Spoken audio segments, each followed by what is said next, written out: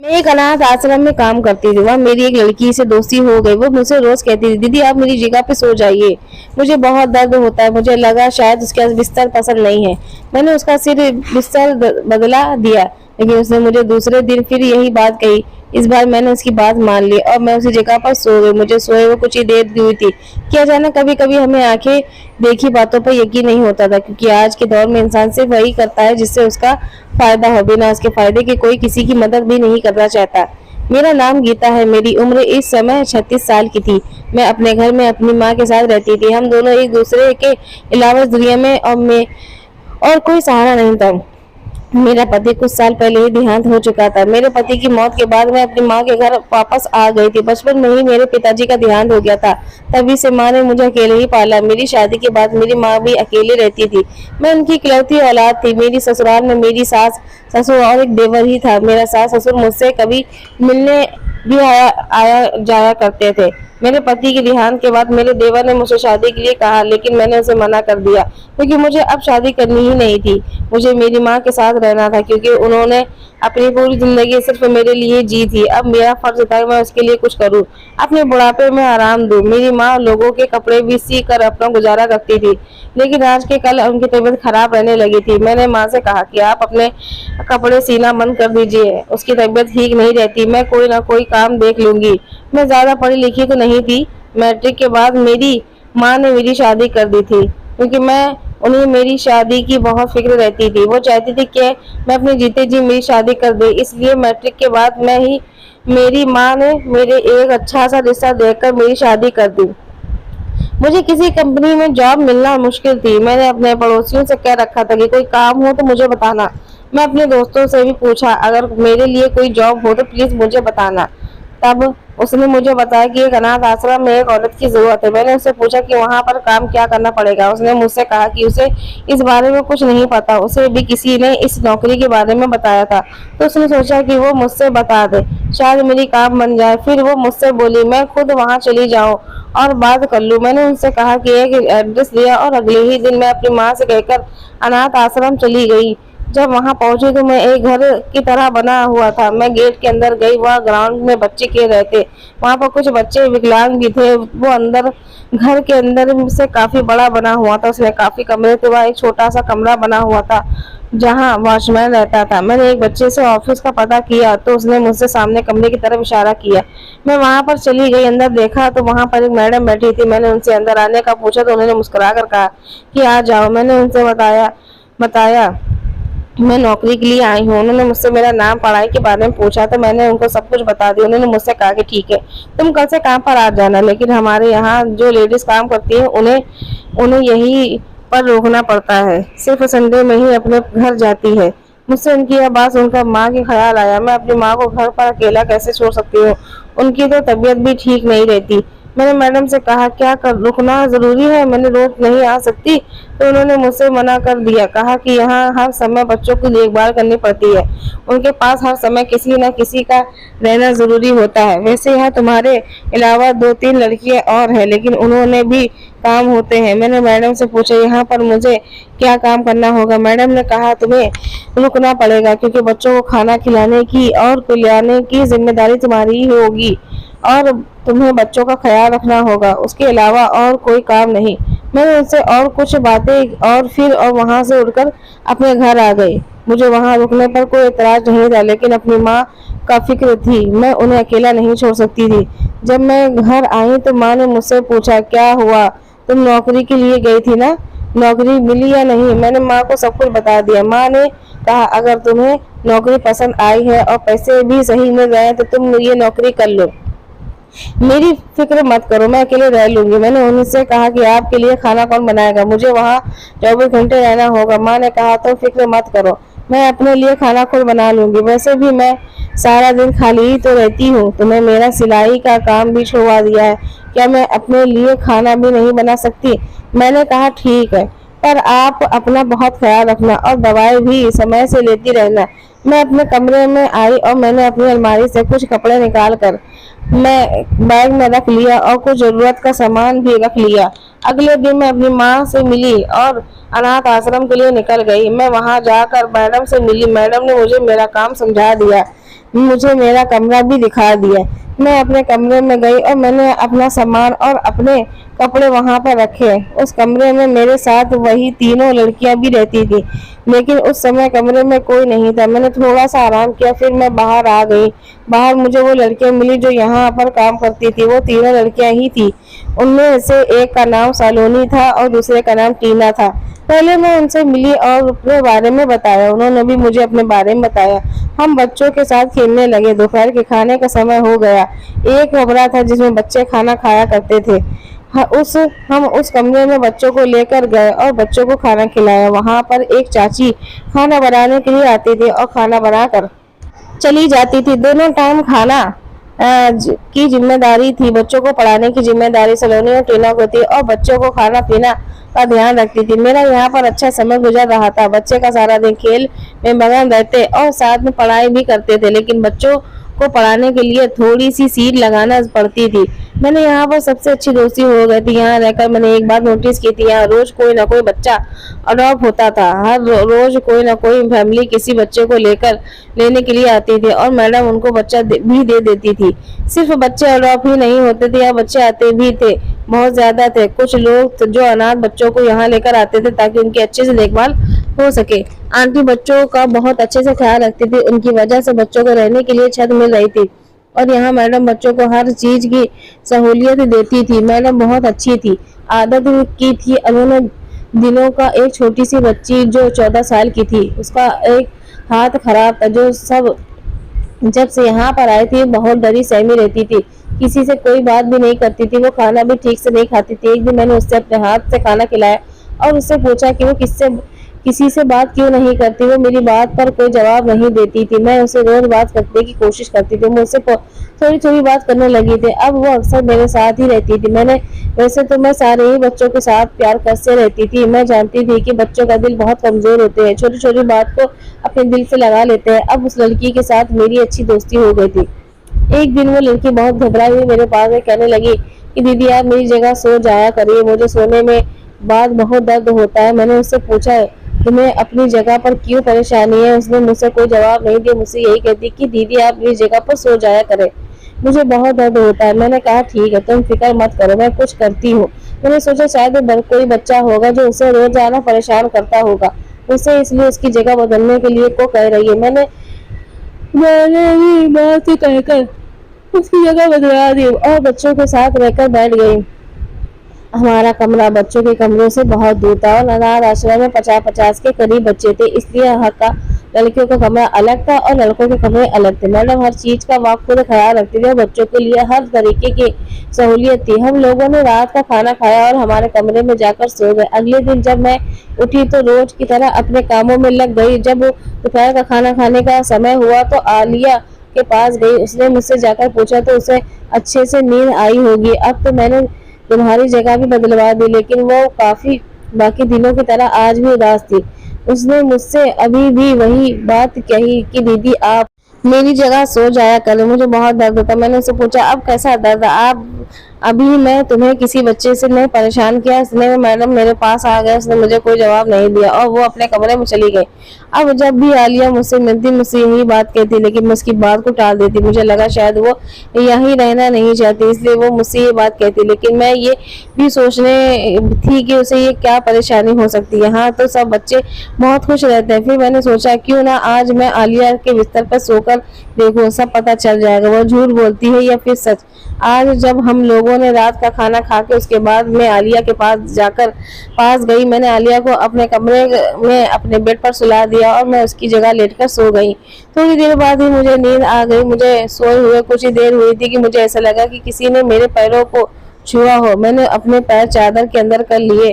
फिर अचानक में मुझे एक चुभन सी हुई। मैंने चादर हटाकर देखा तो मुझे वहाँ कुछ लोग नजर आए। वो लोग आपस में कुछ बातें कर रहे थे, लेकिन मैं उन्हें ठीक से नहीं देख सकी। उसने पहले ही मैं बेहोश हो गई। अगली सुबह जब मैं उठी तो अपनी जगह पर ही सो रही थी। मेरे सर में हल्का सा दर्द था, आंखें लाल हो रही थी, मुझे अपनी तबीयत कुछ खराब लग रही थी। मैंने उठकर हाथ मुंह धोया और नाश्ता किया और दवाई ली और रोज की तरह अपने कामों में लग गई, क्योंकि मुझे रात के बारे में कुछ भी याद नहीं था। दोपहर का समय आलिया मेरे पास आई और मुझसे पूछने लगी, दीदी क्या आपको भी दर्द हुआ? मैंने उससे कहा कि मुझे कोई दर्द नहीं हुआ, तुम सिर्फ मुझसे बहाना करती हो। आज से तुम अपनी जगह पर ही सोगी और आगे से मुझसे ऐसी कोई बात भी नहीं करना। वो अपनी छोटा सा मुंह लेकर कमरे में चली गई और मैं सोचने लगी कि आखिर मेरे साथ रात में हुआ क्या था। मुझे कुछ याद नहीं आ रहा था। अगले दिन संडे था। मैं अपने घर अपनी माँ से मिलने चली गई। जब मैं घर पहुंची तो मेरी माँ मुझे देखकर बहुत खुश हुई और मुझसे मेरी नौकरी के बारे में पूछने लगी कि मैं वहाँ खुश तो हूँ ना, मुझे ज्यादा काम तो नहीं करना पड़ता। मैंने अपनी माँ से कहा, वहाँ के बारे में सब कुछ बताया और खर्चे के पैसे माँ के हाथ में दिए। मेरी माँ बहुत खुश हुई और मुझे दुआएं देने लगी। अगले दिन मैं अनाथ आश्रम के लिए निकल गई। वहाँ जाकर मैं अपने कामों में लग गई। शाम का खाना खाने के लिए जब लोग आ गए तो मैंने टीना से आलिया के बारे में पूछा। टीना ने मुझे बताया कि तुम्हें नहीं पता, उसे एक आदमी ने अडॉप्ट कर लिया है और वो कल ही उसे लेकर चले गए। मैं यहाँ सुनकर बहुत उदास हुई, क्योंकि मैं आलिया से बहुत करीब हो गई थी। क्योंकि लेकिन कहीं ना कहीं मुझे इस बात की खुशी भी थी, आलिया को माता पिता मिल गए होंगे। अब वह हाँ अच्छे जीवन व्यस्त होगी। अब तो वो पढ़ लिख कर जीवन में कुछ न कुछ बन जाएगी। मुझे आलिया पे की बहुत याद आती थी, लेकिन मैंने और बच्चों में अपने आप को बिजी कर लिया था। यह मुझे एक बात बहुत हैरान करती थी। रोजाना बहुत बच्चे आते हैं और रोजाना ही बहुत से बच्चे अडॉप्ट कर लिए जाते हैं, वरना लोग अनाथ बच्चों को गोद लेना नहीं चाहते और आकर लेकर भी जाते हैं। वो उन्हें नौकर बना कर रखते हैं। लेकिन यहाँ तो रोजाना बहुत अडॉप्ट होते हैं और हर आदमी बच्चों को अपनी संतान बनाकर ही ले जाता है। मुझे यह बात बहुत परेशान कर रही थी। मैं जानना चाहती थी कि आखिर मसला क्या है, लेकिन यह किसी से कुछ पूछ भी तो नहीं सकती। मगर अगर मैं ज्यादा छानबीन करती तो मेरी नौकरी खतरे में आ जाती। मुझे इस नौकरी की बहुत ज्यादा जरूरत थी। अगर मेरी यह नौकरी भी छूट जाती तो पता नहीं मुझे कहीं और नौकरी मिलती भी या नहीं। एक दिन मैंने टीना से पूछ लिया कि इतने सारे अडॉप्शन कैसे होते हैं, वरना लोग तो अनाथ बच्चों को लेना भी नहीं चाहते। टीना ने कहा, यह कि मैडम बहुत अच्छी है, वो लोग बहुत लोगों को जानती हैं जिनकी वजह से यह ज्यादा अडॉप्शन होते हैं। और वैसे भी दुनिया में बुरे लोगों के साथ अच्छे लोग भी होते हैं। हो सकता है भगवान उनके दिल में अनाथ बच्चों के लिए दया डाल देता है। उसके बाद सुनकर ही खामोश हो गई। मुझे यह काफी समय हो गया था। यहाँ रोज ही बच्चे आते जाते रहते थे। एक दिन एक बच्ची मेरे पास आई जो लगभग 13 साल की होगी। वो मुझे आकर कहने लगी, दीदी मुझे बिस्तर पर सही नहीं सोना, मुझे दर्द होता है। मैं उसकी ये बात सुनकर हैरान हो गई, क्योंकि यही बात मुझसे आलिया भी कहा करती थी। मैंने उससे पूछा, बेटा कैसा दर्द होता है? क्या तुम्हें कोई और बच्चा परेशान करता है? क्या तुम्हें बिस्तर में कुछ चुभता है? वो बच्ची रोने लगी और रोते रोते उसने मुझसे बताया, उसे ऐसा लगता है कि उसे किसी ने इंजेक्शन लगाया हो। फिर उसके बाद उसे कुछ याद ही नहीं रहता। जब वो सुबह उठती वह उसे पूरे शरीर में दर्द होता। मेरे दिमाग में ऐसी बात आई जो मैं सोच भी नहीं सकती। मैंने खुद से ही सवाल करके खुद ही जवाब दिया, और नहीं ऐसा नहीं हो सकता, या ऐसा कौन कर सकता है? यहाँ तो बच्चा हर तरह से ख्याल रखा जाता है, फिर ऐसी जिंदगी दर्दंगी उसके साथ कौन करता है? मैं उस बच्ची को अपने कमरे में लेकर गई और दरवाजा अंदर से बंद कर लिया। मैंने उसके कपड़े उतार कर देखा तो जिसम पर कुछ निशान थे और मैं समझ गई उसके साथ कुछ गलत हुआ है। मैंने उससे कहा कि तुम फिक्र मत करो, मैं रात को तुम्हारे साथ ही सोऊंगी, घबराओ नहीं, और तुम ये बात अभी किसी को मत बताना। अब उस बच्ची की यह हालत देखकर मुझे रोना आ रहा था, लेकिन मैंने खुद को शांत किया और मन ही मन सोच लिया था, उसके साथ जो कुछ भी हुआ है वो मैं पता लगा कर ही रहूंगी। इस बच्चे के साथ जिसने भी कुछ गलत किया है उसको छोड़ूंगी नहीं। अब जब रात हुई तो मैं बच्चे के कमरे में जाकर उस लड़की को थोड़ी दूरी पर लेट गई। मैंने उसी को इस कमरे बारे में कुछ भी नहीं बताया तो मैंने अपने ऊपर एक चादर ढक ली। मुझे नींद नहीं आ रही थी। आधी रात होने के आई थी कि रात के 1 बजे का समय, तभी मुझे किसी ने दरवाजा खोलने की आवाज आई। जब मैंने चादर से चुपके से देखा तो वह 2 आदमी उस बच्ची की तरफ आ रहे थे। वो दोनों आदमी उस बच्ची के पास गए और उसका मुंह बंद किया, फिर उसके इंजेक्शन लगा दिया। कुछ देर के बाद उसको गोद में उठाकर कमरे से बाहर निकल गए। ये देखकर तो मेरे तो होश उड़ गए। मैं जल्दी से अपनी जगह से उठी, उन दोनों को आदमियों का पीछा करने लगी। ये दोनों आदमी वही थे जहाँ पर अनाथ बच्चों को लेकर आते थे। मैंने सोचा कि मैं ये बात मैडम को बताती हूँ, लेकिन मैं जब तक मैडम को जगाती उस सब कुछ उनको बताती तब तक वो लोग निकल जाते, इसलिए मैंने उनका पीछा करना सही समझा। जब मैं उनका पीछा करते करते बाहर आ गए तो मुझे देखा बहुत हैरानी हुई कि वो वॉचमैन से बात कर रहे थे। वॉचमैन ने उसके बाहर जाने के लिए गेट भी खोल दिया। तब मैं समझ गई कि वॉचमैन और मैडम जी इन सब से मिले हुए हैं। उनके निकलने के बाद ही वॉचमैन ने गेट बंद कर दिया। मैं दूसरे गेट से बाहर गई तो सामने ही मुझे वो दोनों आदमी दिखाई दिए। मैं उनके पीछे पीछे जाने लगी अनाथ आश्रम में। फिर थोड़ा आगे चलकर एक घर था जहाँ पर कोई नहीं रहता था। वो लोग उस घर में चले गए और अंदर से दरवाजा बंद कर लिया। मैंने उस घर को चारों तरफ से देखा था कि शायद मुझे कोई दरवाजा अंदर जाने को मिल जाए। तब मुझे एक दरवाजा दिखा जो टूटा हुआ था। मैं उसी से कूद कर अंदर चली गई। पूरे घर में अंधेरा था। अंदर जाकर मैंने देखा कि कमरे की लाइट जल रही थी। मैं उस कमरे की तरफ गई तो उसका दरवाजा भी अंदर से बंद था। मैंने खिड़की से झांक कर देखा तो मैं तो होश उड़ गए। वहां दो आदमी थे, एक आदमी खड़ा था और दूसरा बच्ची के साथ गलत काम कर रहा था। ये देखते ही मेरी तो चीखें निकल गई। मैंने बिना कुछ सोचे समझे खिड़की से आवाज लगा दी। उसने कहा कि छोड़ दो इस बच्ची को, वरना मैं पुलिस को बुला लूंगी। उन्होंने मुझे देखा और मुझसे कहने लगे कि तुम यहाँ पर कैसे आई हो। यहाँ से मैंने कहा छोड़ो इस बच्ची को। उनमें से एक आदमी ने मेरे पास आए मेरे सर पर कुछ जोर से मारा जिससे कि मैं बेहोश हो गई। जब मुझे होश आया तो मेरा सर घूम रहा था, आंखों के सामने अंधेरा छाया हुआ था। मैंने हिम्मत करके उठाने की कोशिश की और जब उठकर देखा तो मैं मेरे कमरे में बंद हुई थी। मुझे बेहोश होने के इससे पहले का सब कुछ याद आ गया और मैं उस बच्ची के बारे में सोचने लगी। पता नहीं उन जालिमों ने उस बच्ची के साथ क्या किया होगा, वो किस हाल में होगी।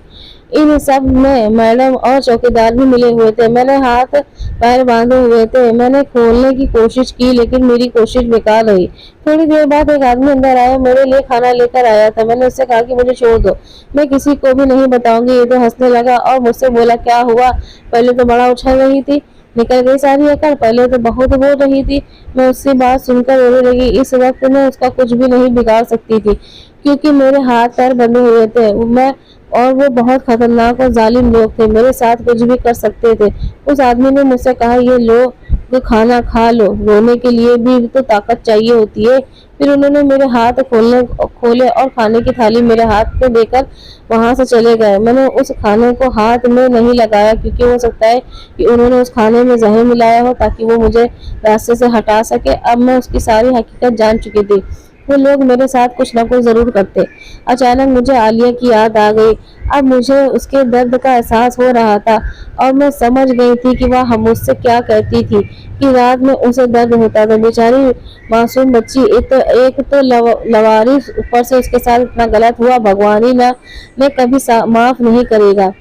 और मैं सोच भी नहीं सकती थी कि मैडम भी इन सब मिली हुई होंगी। मैंने सोचा कि कैसी भी करके मुझे यहाँ से निकलना होगा वरना ये लोग मुझे मार डालेंगे। मैं दरवाजा खोलने गई तो दरवाजा बाहर से बंद था। मैंने कमरे के चारों तरफ देखा, मुझे वहां पर कुछ भी नजर नहीं आया। मैंने ऊपर की तरफ देखा तो वहां मुझे एक खिड़की दिखाई दी, लेकिन वहां बहुत ही ऊपर थी। पर मैंने कमरे में देखना शुरू किया। कमरे के ऊपर की तरफ एक स्लिप था जिस पर चढ़कर मैं खिड़की से बाहर जा सकती थी। मुझे वहां पर स्टूल रखा हुआ दिखाई दिया। मैंने उसको खिड़की की तरफ रखा और उस पर चढ़कर खिड़की से बाहर देखा, लेकिन वहां कोई नहीं था। मैंने उसका शीशा तोड़ा और खिड़की से बाहर कूदने की वजह से मेरी टांग में चोट लग गई और मुझे चला भी नहीं जा रहा था। लेकिन मैं अपनी परवाह किए बगैर गेट से बाहर की तरफ गई। गेट भी बंद था। फिर मैंने वहां से निकलने का दूसरा दरवाजा ढूंढा। पीछे की तरफ एक दरवाजा और था जिससे बाहर आई। थोड़ा आगे चलकर एक अनाथ आश्रम था। गेट पर ही वॉचमैन बैठा रहता था। आगे वो मुझे देख लेता तो दोबारा ही मुझे पकड़वा देता, इसलिए मैंने अपना मुंह दुपट्टे से कवर किया और छुपा कर वहां से निकल गई। मैं पुलिस स्टेशन की तरफ गई क्योंकि मैं बच्चों को ऐसे ही नहीं छोड़ सकती थी। वहां बच्चों के साथ बहुत गलत हो रहा था और ये सब पुलिस को बताना बहुत ही जरूरी था। पुलिस स्टेशन वहां से काफी दूर था। मैं पैदल चल के ही पुलिस स्टेशन पहुंची।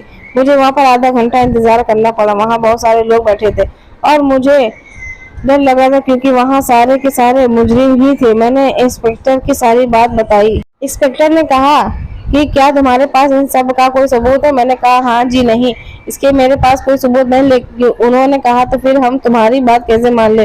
हो सकता है तुम झूठ बोल रही हो और उन लोगों को फंसाना चाहती हो। मैंने इंस्पेक्टर साहब को समझाया कि मैं झूठ क्यों बोलूंगी, इन सबको मेरा क्या फायदा हो सकता है? मैं तो सिर्फ मासूम बच्चों को बचाना चाहती हूँ। उन बच्चों पर बहुत ज्यादा जुल्म हो रहा है और मैं उन लोगों के खिलाफ गवाही देने के लिए भी तैयार हूँ। इंस्पेक्टर साहब ने कहा बिना सबूत पे हम सब कुछ नहीं बिगाड़ सकते, अदालत के सबूत चलते हैं। इंस्पेक्टर ने मेरी सारी बात सुनकर कुछ देर सोचा और फिर मेरी रिपोर्ट दर्ज कर ली।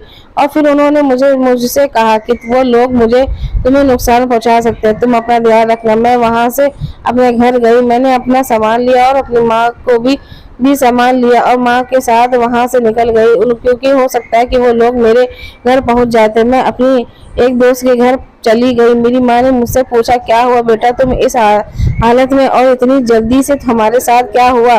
मैंने कहा आप चलिए, मैं रास्ते में पूरी बात बता दी। उन्होंने रास्ते में सारी बात बता दी, मुझे शाबाशी देने लगी और मुझसे कहने लगी कि तुम जो कुछ भी किया है सही किया है, जालिमों के साथ ऐसा ही होना चाहिए, तुम्हें उन्हें सजा दिला कर ही रहना।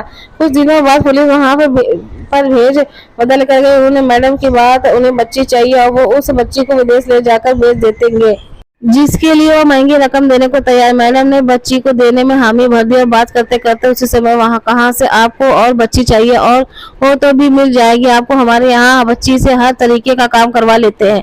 पुलिस वालों ने सबको रिकॉर्ड कर लिया और वो वहाँ से आ गए। अगले दिन उन्होंने वहीं पर छापा मार दिया। मैडम, वॉचमैन और उन 2 आदमियों को भी गिरफ्तार कर लिया। वो वहाँ जो लड़कियां काम करती थी उन्होंने इस सब के बारे में कुछ भी नहीं पता था। मैडम के कमरे की तलाश तो ले ली पर खिलाफ के सबूत मिल गए। उसके साथ साथ पुलिस को मैडम के ऑफिस के ड्रग्स भी मिले, जिसमें पता चला कि वो ड्रग्स का भी कारोबार करती है। उन्हें अदालत में पेश किया गया। अदालत में पता चला कि जो लोग बच्चों को अनाथ आश्रम से अडॉप्ट करते आते थे उन्हें अडॉप्शन नहीं करते बल्कि उन्हें बेचने के लिए लेकर जाते। और जिन आदमियों ने मुझे वहाँ पर बंद किया था वह आदमी अच्छे और खूबसूरत बच्चे को लेकर वहाँ आते थे। वो इस बात का खास ध्यान रखते थे कि बच्चे अनाथ हो, उनके आगे पीछे कोई पूछने वाला नहीं हो, ताकि वो जैसा चाहे उसके साथ वैसा कर सके। मैंने उनके खिलाफ गवाही दी, उन सबको सजा हो गई और अब अनाथ आश्रम की जिम्मेदारी अदालत ने मुझे दे दी। मैंने वहाँ बच्चों को बहुत अच्छे से रखा था, उनका पूरे तरीके से ख्याल रखती थी। बच्चे भगवान का रूप होते हैं, लेकिन कुछ लोगों के पास शायद दिल ही नहीं होता है। लोग पैसे की खातिर इतना गिर सकते हैं, मैंने कभी सोचा ही नहीं था।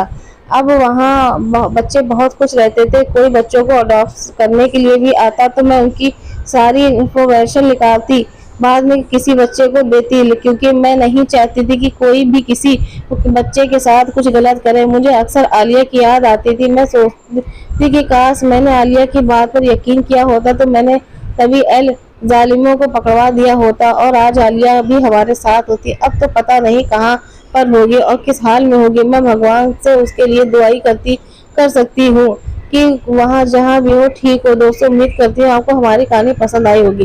कहानी पसंद आई तो प्लीज़ वीडियो को लाइक करें और चैनल को सब्सक्राइब करें। धन्यवाद।